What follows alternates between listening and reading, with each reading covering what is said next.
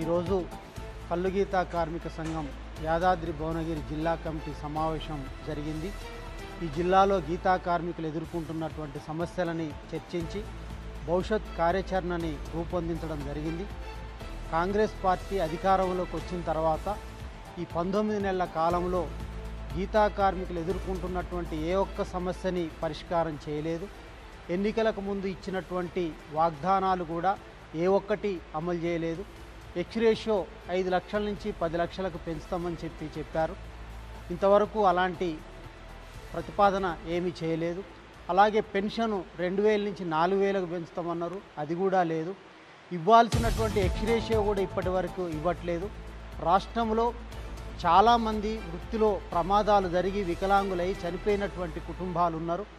మొత్తం వాళ్ళకి ఇవ్వాల్సినటువంటి 12,60,00,000 రూపాయలు ఇంతవరకు ఇవ్వలేదు.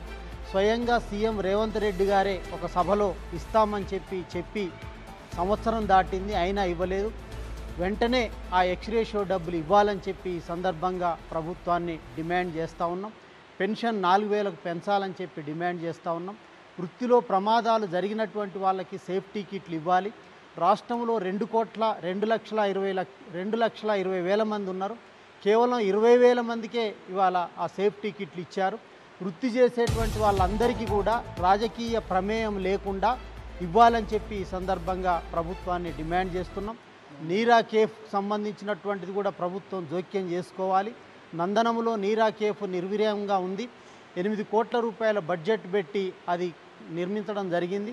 ప్రభుత్వం వెంటనే జోక్యం చేసుకొని దాన్ని ప్రారంభించాల్సిందిగా ఈ సందర్భంగా ప్రభుత్వాన్ని డిమాండ్ చేస్తున్నాం.